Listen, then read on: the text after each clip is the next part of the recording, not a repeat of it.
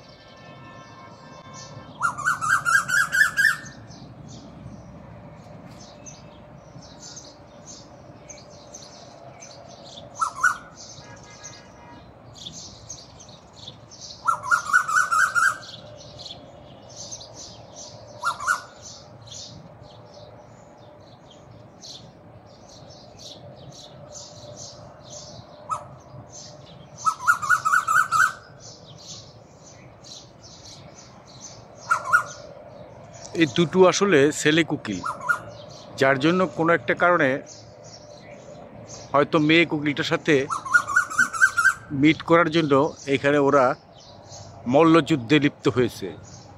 হয়তো এখানে মেয়ে কোকিল একটা আছে, ওটার সাথে মিট করার জন্য এই দুইটা ছেলে কোকিলই আপনার